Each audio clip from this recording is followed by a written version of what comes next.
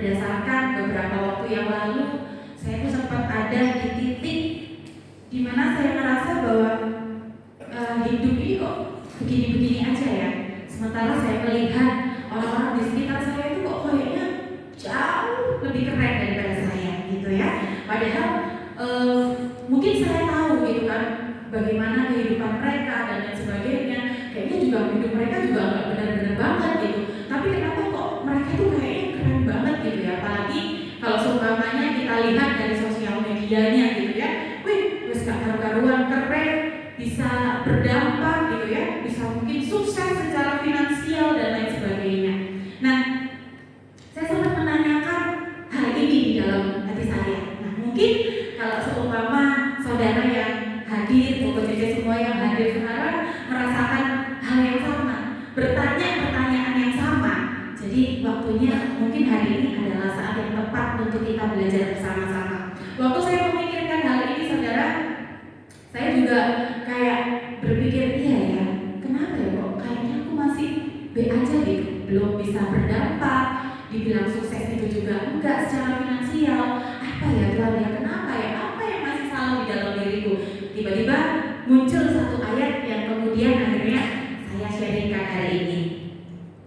Nah,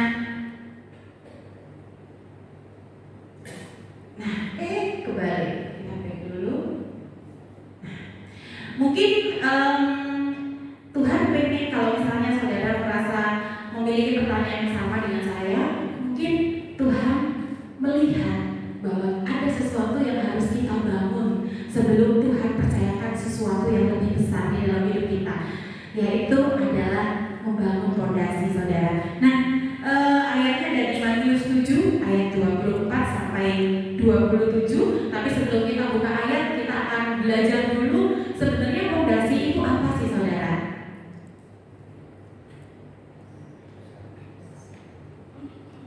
Dasar ya, benar ya? Wah, bisa ya dia.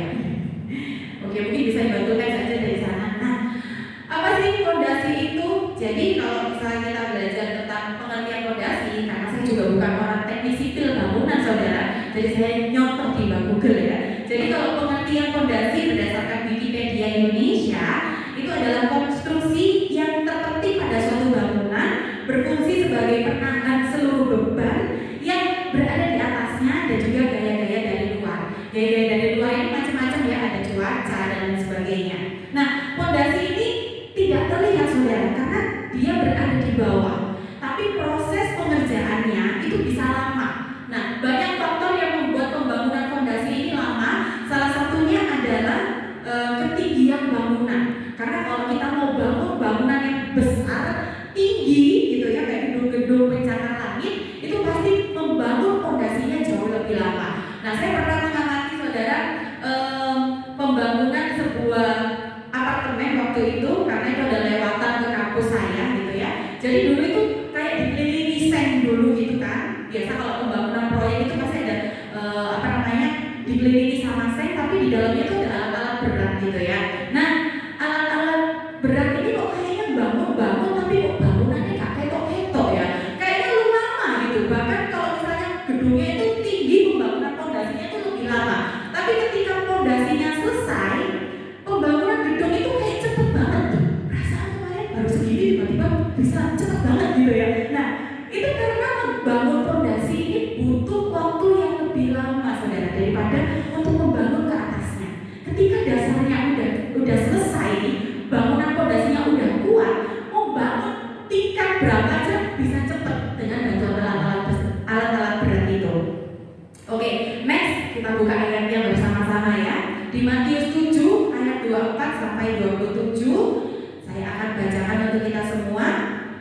Perikopnya adalah dua macam dasar.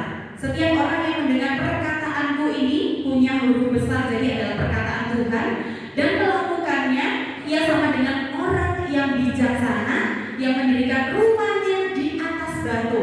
Kemudian turunlah hujan dan datanglah banjir, lalu angin melanda rumah itu, tetapi rumah itu tidak roboh sebab didirikan di atas batu. Ayat yang ke-26, tetapi setiap orang yang mendengar perkataanku ini dan tidak melakukannya, ia sama dengan orang yang bodoh yang mendirikan rumahnya di atas pasir. Kemudian turunlah hujan dan datanglah banjir, lalu angin melanda rumah itu sehingga rubuhlah rumah itu dan hebatlah kerusakannya. Oke, nah kalau kita lihat dalam terjemahan bahasa Indonesia, di sini itu cuma dibangun di atas batu dan dibangun di atas pasir. Jadi dulu waktu saya sekolah minggu, saya sempat mikir kalau rumah dibangun di atas batu itu ya ada batu besar, terus di atasnya ada rumah, gitu saudara. Tapi ternyata ketika kemarin saya belajar tentang ayat ini, gitu ya, tentang perikop ini, saya juga lihat di terjemahan bahasa Inggrisnya di New International Version. Nah, ini lebih gamblang lagi. Boleh di next? Nah, ini dikatakan begini: the rain came down, the streams rose, and the winds blew and beat against that house, yet it did not fall. Nah, ini because it had its foundation on the rock. Jadi, kalau di terjemahan bahasa Inggris, dia memaparkan lebih jelas ada kata foundation di situ. Ada dasar yang harus dibangun dulu sebelum kita mendirikan rumah. Nah, kalau misalnya kita ngomong ini kan khotbah ini ceritanya adalah rangkaian dari khotbah di atas bukit yang terkenal itu ya kan, di Matius pasal yang ke-5 dan Matius pasal 6 dan juga pasal 7. Ini tuh kayak rangkaian gitu saudara. Nah, boleh di next lagi. Nah, di perikop ini ada perikopnya mengatakan dua macam dasar. Ada dua hal yang Tuhan bandingkan secara kontras ya, baik itu secara proses maupun secara hasil. Jadi di ayat yang ke-24 itu orang bijaksana membangun rumah di atas batu. It means maksudnya ada membangun fondasi dulu dari batu. Jadi ada proses membangun fondasi yang kuat ya sebelum akhirnya dibangun rumah. Jadi melalui proses membangun fondasi yang kuat itu bakal tahan menghadapi berbagai macam persoalan. Jadi kalau di pasal 25 dan juga 27 itu dikatakan ada hujan, ada badai, ada angin. Itu adalah sebuah apa ya saudara ya? Cobaan gitu. Cobaan, sebuah tantangan kehidupan, persoalan yang kita hadapi ya. Tapi ada dua perbandingan yang Tuhan sebutkan di satu perikop ini, yaitu ada orang yang membangun rumah di atas batu, membangun rumah di atas fondasi batu, dan kemudian ada yang membangun di atas pasir. Nah, di pasal yang ke-26 ini adalah orang yang membangun rumah di atas pasir. Ini tipe orang yang nggak mau berproses gitu saudara. Ada lahan, langsung dibangun aja, tanpa mau berproses untuk membangun fondasinya dulu. Pokoknya ada lahan, ini langsung dibangun rumah gitu. Memang secara proses lebih cepat. Ini sama kayak ketika kita melihat orang yang kayak prosesnya cepat banget ya. Tiba-tiba dia udah ada di tahap itu, tiba-tiba dia sudah ada di titik itu. Padahal kita tahu banget bagaimana latar belakang kehidupannya, bagaimana kehidupannya. Kita bukan sedang membandingkan hidup kita dengan orang lain ya saudara ya. Tapi hari ini kita belajar untuk kita hidup di dalam Tuhan itu harus tahu yang namanya proses saudara. Sama kayak ketika Tuhan mempersiapkan, Tuhan pengen kita bangun fondasi dulu. Bangun fondasi ini berbicara tentang apa saudara? Membangun fondasi ini kalau kita lihat di ayatnya adalah membangun iman percaya kita kepada Tuhan. Membangun apa lagi? Membangun hubungan kita bersama dengan Tuhan. Nah, terus gimana caranya kita bangun fondasi? Sebenarnya di ayat ini juga, di perikop ini tuh Tuhan juga udah kasih bocoran gitu ya. Gimana sih caranya kita bangun fondasi? Ya, boleh di next. Nah, berproses membangun fondasi. Di ayat yang ke-24 itu jelas banget saudara ya.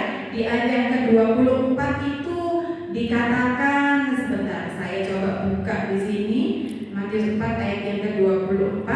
Nah, ini jelas banget saudara apa yang Tuhan sampaikan di situ.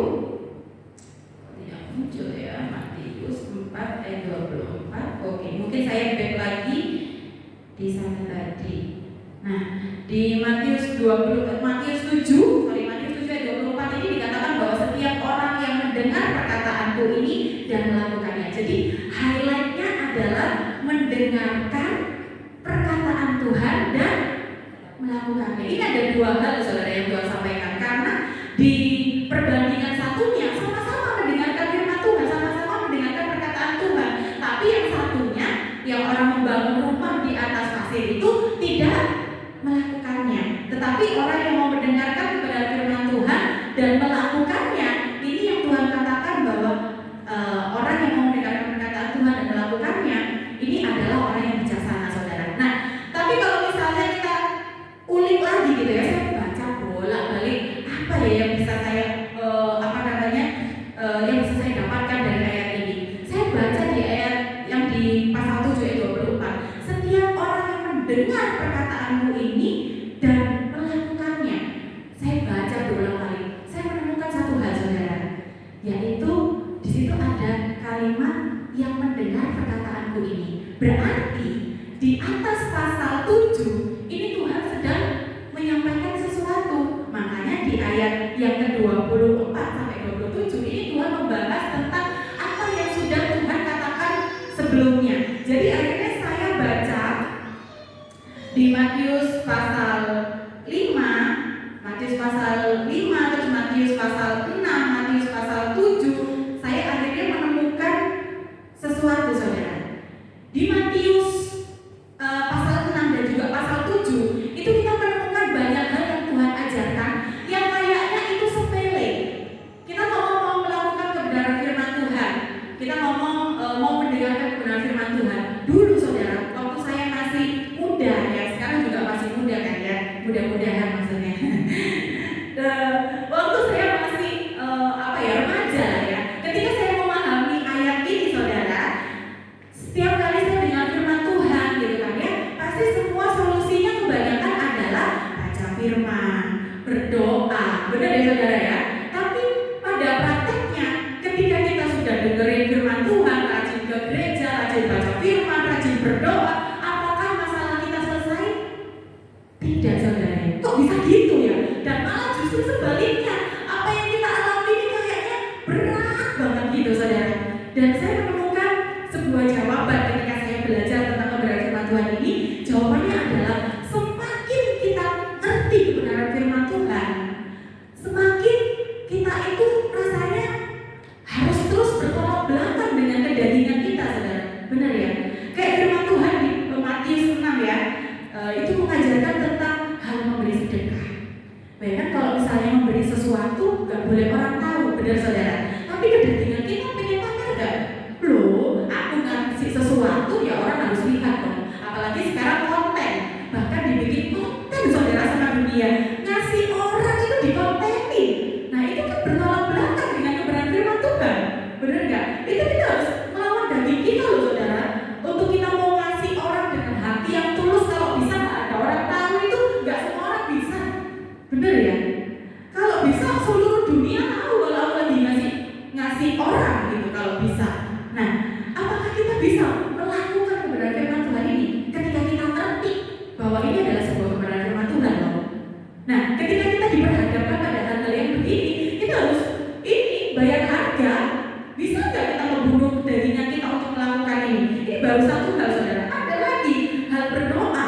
Ini juga sama kan Tuhan bilang, kalau berdoa masuk ke kamar, tutupkan pintumu, ya berdoa. Dengan ketika kita puasa kan, jangan sampai ada orang tahu. Jangan berdoa di jalan-jalan supaya orang tahu bahwa kamu adalah orang yang rohani. Nah, tapi pada prakteknya kalau kita lagi ke gereja, kita rajin beribadah, kita pelayanan dan lain sebagainya, harus orang tahu dong. Apalagi sekarang ya, malah dijadikan portofolio, benar? Ya kan? Itu jadi portofolio, ya kan? Karena dari situ orang akhirnya kenal. Apakah salah? Enggak salah semua itu. Tapi balik lagi ke tujuan kita. Apakah kita karena melakukan itu karena kepingin dipuji orang? Apakah kita melakukan itu supaya banyak orang yang kenal dengan kita dan banyak orang yang mengerti kebenaran firman Tuhan melalui kehidupan kita? Balik lagi kita tanyakan ke diri kita sendiri saudara. Apa motivasi di balik itu? Apakah yang kita lakukan ini benar-benar sesuai dengan perkataan firman Tuhan ini? Itu baru dua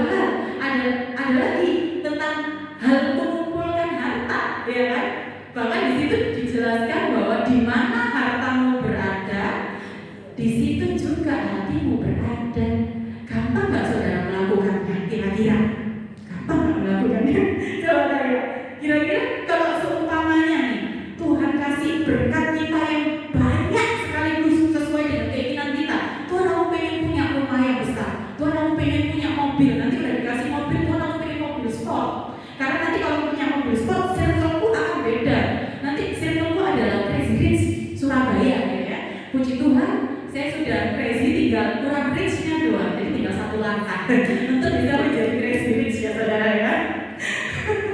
Nah, apakah kita bisa tetap rendah hati, tetap sayang sama Tuhan, tetap mengasihi Tuhan ketika Tuhan percayakan harta itu kepada kita?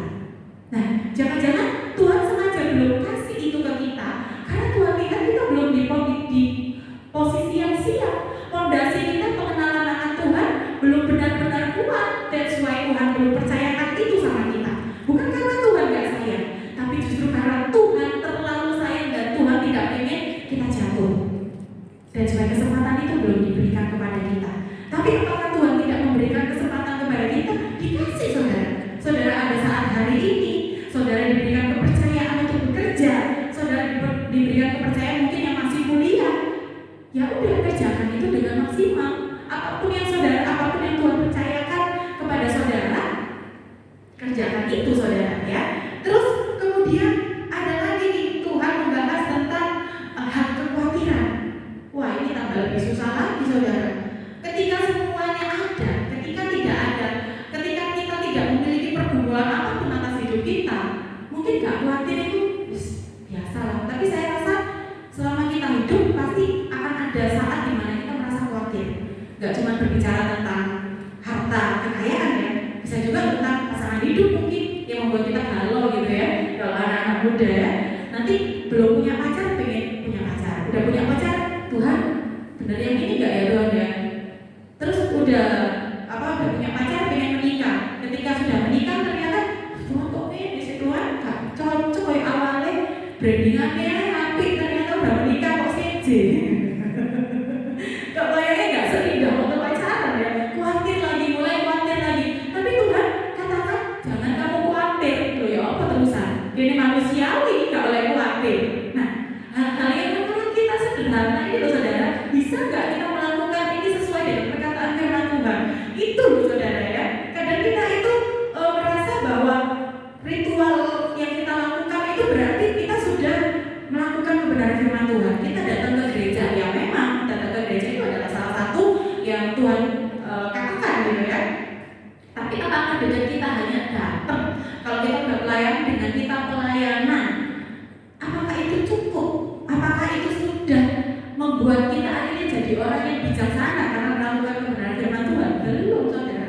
Dan proses kita untuk benar-benar melakukan kebenaran firman Tuhan itu sakit banget saudara. Belum lagi kalau Tuhan bilang mengampuni, loh Tuhan, lewat semua baik sampai aku gak apa-apa Tuhan, semua tak kasihi. Yang sulit kan ketika ada orang yang jahat sama kita ketika kita sudah baik sama dia, itu kan yang sulit saudara. Mendoakan dia untuk hal yang kebaikan, loh itu sulit banget saudara.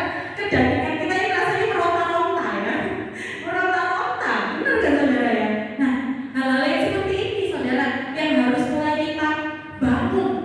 Karena saya percaya gini, ketika saya belajar juga tentang kebenaran firman Tuhan ini, saya belajar juga bahwa ketika kita belajar melakukan kebenaran firman Tuhan, sebenarnya kita juga sedang belajar berproses untuk mulai mengubah karakter kita. Kalau karakter itu saudara, karakter itu bisa diubah karena kebiasaan yang kita lakukan. Misal kita itu suka marah orangnya ya, kita suka marah, dikit-dikit makwet gitu ya, sumbu pendek kalau orang dunia, titik-titik disakitin, males kamu ya, ajar kamu ya. Tapi ketika kita mau belajar melakukan kebenaran firman Tuhan ini, meskipun awalnya batin saudara, sakit kok aku pengen belajar firman Tuhan, gak aku semua aneh-aneh, menahan diri dulu saudara. Menahan diri itu kalau saya boleh kasih ilustrasi saudara ya, jadi mungkin ketika orang belajar tinju, pas dia pertama kali belajar tinju, tangannya sakit ya saudara. Ngampal ya, kalau orang bilang ya, ngampal, sakit saudara. Itu keras loh yang dipukul itu ya. Apalagi kalau kita awal-awal itu belum pakai sarung tinju mungkin ya, itu sakit gitu. Sama kayak ketika kita belajar gitar, sampai mungkin berdarah jari-jarinya ya. Tapi ketika kita lakukan itu terus menerus, lama-lama sakit nggak saudara? Enggak. itulah kita mendapati diri kita bahwa kita sudah menjadi karakter yang apa yang Tuhan mau. Itu gak gampang saudara. Mungkin bisa dikatakan prosesnya itu seumur hidup. Karena apa? Karena case yang akan kita hadapi itu banyak saudara. Lolos dari satu bukan lebih enteng, enggak, lebih berat. Sama kayak kita sekolah lah, dari TK ke SD, SMP, SMA, SMA ke kuliah. Apakah tingkatannya lebih gampang? Enggak, lebih sulit. Karena apa? Karena udah hitung-hitungan bisa, waktunya lebih sulit lagi. Jadi Tuhan itu tidak pernah membawa kita menghadapi sesuatu yang lebih ringan, enggak saudara. Karena Tuhan tahu ketika kita sudah lolos dalam satu tahap, Tuhan pasti akan bawa kita ke tahap yang lebih berat lagi. Karena apa? Karena ya Tuhan tahu bahwa kapasitas kita sudah ada di sana. Sampai akhirnya tiba waktunya Tuhan akan mendapati bahwa bangunan kita sudah tinggi saudara. Dan ketika bangunan kita sudah tinggi, semua orang akan melihat kita. Dan hidup kita akan jadi dampak. Itu kan goalsnya Tuhan saudara. Kadang kalau kita manusia itu goalsnya pengen jadi kaya-kaya, bahagia, mati masuk surga gitu ya. Tapi goalsnya Tuhan itu kan jadi terang dan juga jadi garam. Nah, prosesnya ini semua diawali dengan bagaimana kita membangun dasar iman kita, bagaimana kita membangun melakukan menjadi pendengar dan juga menjadi pelaku firman Tuhan yang setia. Ini saudara yang saya pikir ya saya juga sampai saat hari ini masih terus belajar. Karena ada momen-momen di mana saya juga nggak bisa menahan diri gitu saudara. Tapi sebenarnya kalau kita ngomong tentang marah gitu ya, marah itu nggak dosa, tapi tidak boleh sampai dengan matahari terbenam. Artinya apa sih saudara? Tuhan itu nggak pengen kita punya dendam sebenarnya. Karena kalau dendam itu dipupuk akan jadi kepahitan kan saudara. Kalau kepahitan sudah mengakar, itu yang akhirnya membuat kita berdosa gitu di hadapan Tuhan. Jadi ya nggak apa-apa marah-marah, tapi selesai gitu ya saudara ya. Nah, kita mau belajar bersama-sama untuk hari itu. Nah, mungkin boleh di next. Nah, ini mungkin saya tadi sudah sempat sampaikan gitu ya. Gampang nggak? Coba dijawab di dalam hati masing-masing. Gampang nggak kira-kira? Nah, next. Ini juga tadi sudah saya jelaskan. Nah, jadi di Matius 6 dan 7 ini berkaitan dengan apa yang tadi di Matius 7 ayat yang 24 tadi dikatakan adalah tentang perkataanku, yang dimaksud adalah ini. Jadi di Matius 6 itu kita diajarkan untuk berfokus pada ibadah yang benar ya, termasuk sedekah, doa dan puasa. Di Matius 7 lebih dalam lagi ini berbicara tentang penghakiman, bagaimana kita mengenali nabi palsu dan pentingnya melakukan firman Tuhan. Nah, saya bikin sebuah kesimpulan di Matius 6 dan Matius pasal 6 dan juga 7 ini, mungkin boleh di next. Jadi di poin Matius 6 dan 7 ini kayak ngasih kita prinsip-prinsip penting gimana hidup sebagai pengikut Kristus, termasuk gimana kita beribadah, berdoa, berinteraksi dengan orang lain sama manusia ya. Terus kemudian ajaran-ajaran yang menekankan pentingnya ketulusan hati, tindakan nyata, dan ini fokus pada kehendak Tuhan. Bukan lagi tentang kehidupan kita saudara. Ketika kita mau belajar untuk membangun fondasi, itu semua hidup kita semuanya itu tentang Tuhan. Waktu kita sama Tuhan itu bukan cuma sekedar pada waktu kita berdoa aja, enggak, tetapi 24 jam kali 7 kali 30 kali 12, ini semua apa yang kita lakukan itu fokusnya buat Tuhan.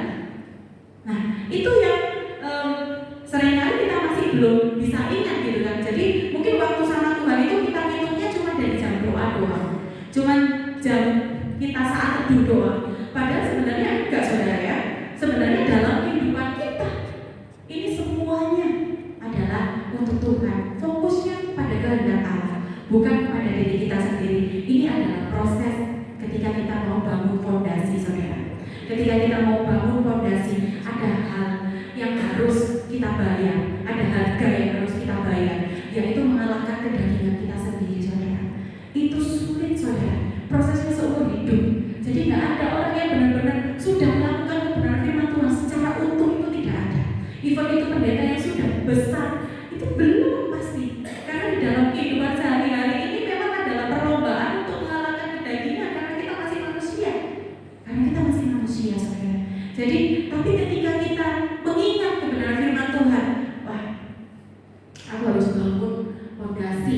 kuat tentang kebenaran firman Tuhan. Apapun yang dikatakan, fokusnya bukan kepada diri kita sendiri, tetapi fokusnya adalah kepada Tuhan. Nah, next. Ini mungkin tadi saya sempat spill gitu ya. Jadi kalau kita tadi, saya buka tadi di awal pertanyaan tentang kenapa ya hidupku masih B aja gitu ya. Nah, jawabannya mungkin gini saudara. Kebayang gak sih gimana kalau Tuhan izinkan kita bangun rumah yang besar dan tinggi, padahal fondasi kita belum cukup kuat. Yang terjadi apa? Tadi di ayat 27 dikatakan bangunannya itu gak cuma roboh saudara, tapi hebatlah kerusakannya. Hebat loh saudara kerusakannya. Berarti apa? Gak cuma roboh, tapi mungkin amburadul, ya kan? Wis benar-benar kalau roboh itu mungkin cuma ada atapnya doang gitu ya. Kalau roboh itu mungkin atapnya doang. Tetapi ini dikatakan bahwa hebatlah kerusakannya. Mungkin ketika kita berhasil gitu ya, bangun rumah tanpa dasar yang kuat, bisa nggak saudara? Bisa. Tetapi berapa lama rumah yang kita bangun itu bisa bertahan ketika ada badai kehidupan yang datang, ketika ada angin yang datang, ketika ada banjir datang, tantangan kehidupan yang besar, tantangan kehidupan yang berat, persoalan hidup yang berat, apakah tetap membuat kita jadi orang yang tough? Apakah membuat kita menjadi orang yang survive, saudara? Nah, kalau dikatakan bahwa hebatlah kerusakannya, ini bisa jadi juga kan bahwa kita bukan lagi tentang misal kayak Ayub gitu ya, menderita begitu banyak pencobaan, tetapi Ayub punya dasar yang kuat. Nah, produk jadinya kayak Ayub saudara, kalau fondasi kita sudah kuat. Tapi kalau misalnya fondasi kita nggak kuat, mungkin kita nggak cuma sekedar menghujat Tuhan ya, mungkin kita juga akan meninggalkan Tuhan. Itu mungkin disebut dengan hebatlah kerusakannya, karena kita udah jadi nggak percaya lagi sama Tuhan. Sebenarnya bukan karena Tuhan nggak sayang sama kita, cuma karena kita manusia ini seringkali sukanya terburu-buru saudara, sukanya gerasa-gerusu. Aku pengen ini, pengen dapat. Aku pengen itu, pengen cepet dapat. Kalau nggak dapat, berarti Tuhan nggak sayang. Tidak sesimpel itu saudara ya. Nah, bukan berarti ketika Tuhan nggak kasih, bukan berarti Tuhan nggak sayang. Kalaupun Tuhan kasih, juga bukan berarti Tuhan nggak sayang, karena Tuhan akan tetap melihat gitu ya. Tapi kadang ada orang itu yang ngeyel gitu, udah dibilangin sama Tuhan, jangan, tunggu dulu, ngeyel. Akhirnya begitu jatuh, Tuhan yang disalahkan. Padahal sebenarnya yang mungkin kita lihat di dalam diri kita sendiri ketika kita doa sama Tuhan, pengen sesuatu, tapi Tuhan nggak jawab-jawab. Tanyakan ke diri kita, jangan-jangan memang kita yang belum siap untuk bisa menerima itu. Jangan-jangan ketika kita menerima itu, hidup kita malah justru nggak karu-karuan nanti ke depannya. Nah, selanjutnya next. Nah, ini saya punya semacam kutipan gitu saudara ya. Belajar mendengar dan melakukan kebenaran firman Tuhan itu tidak menjadikan hidup kita lebih mudah. Amin. Loh, gak ada yang amin kan? Kamu udah kok amin sih. Sekali lagi, belajar mendengar dan melakukan kebenaran firman Tuhan itu tidak menjadikan hidup kita lebih mudah. Amin. Tapi menjadikan hidup kita lebih bijaksana, lebih kuat, dan bisa menjadi dampak. Amin saudara. Jadi kalau misalnya Tuhan tidak merubah kondisi kita, mungkin saudara pernah dengar quotes ini ya. Ketika Tuhan tidak mengubah kondisi kita, mungkin Tuhan sedang mengubah diri kita, mengubah karakter kita menjadi lebih baik, mengubah karakter kita menjadi lebih bijaksana, sehingga ketika kita mengalami persoalan yang mungkin lebih berat, kita sudah tahu apa yang harus kita lakukan. Kita sudah tahu jalan mana yang harus kita pilih. Nah, ketika kita sudah di level itu saudara, percaya bahwa Tuhan itu nggak eman-eman kok. Tuhan itu juga pengen hidup kita itu berdampak. Tuhan itu juga pengen hidup kita itu menyala dilihat banyak orang. Tetapi bisa bayangin kalau kita belum ada di posisi yang benar-benar siap, tapi Tuhan izinkan kita menyala, ya akhirnya kita menyala sendiri, bukan menyala untuk banyak orang. Artinya apa? Ya, nah ini pujian, P-nya itu pondasi saudara. Jadi kalau pujian tanpa pondasi jadinya ujian saudara. Hati-hati ya. pujian. P-nya itu pondasi. Jadi bangun pondasi yang benar di hadapan Tuhan. Bangun hubungan yang benar di hadapan Tuhan. Benar-benar lakukan kebenaran firman Tuhan. Even itu awalnya nyakiti diri kita, konsisten aja lakukan sampai kita merasa bahwa oh ini udah gak nyakitin lagi ternyata buat aku. Lakukan itu terus sampai Tuhan bilang oke, ini waktunya kamu jadi dampak buat banyak orang. Jadi ketika momen itu tiba, kita tidak lagi jadi orang yang sombong, kita tidak lagi jadi orang yang haus pujian, saudara. Karena apapun pujian, kalaupun misalnya ada orang yang memuji kita, kita terima. Tetapi di dalam hati kita tahu pujian itu untuk Tuhan. Amin. Saya coba dulu saudara untuk bangkit berdiri. Kita akan naikkan pujian yang terakhir tadi kita nyanyikan ya. Ku terhubung denganmu. Semoga kebenaran firman Tuhan pada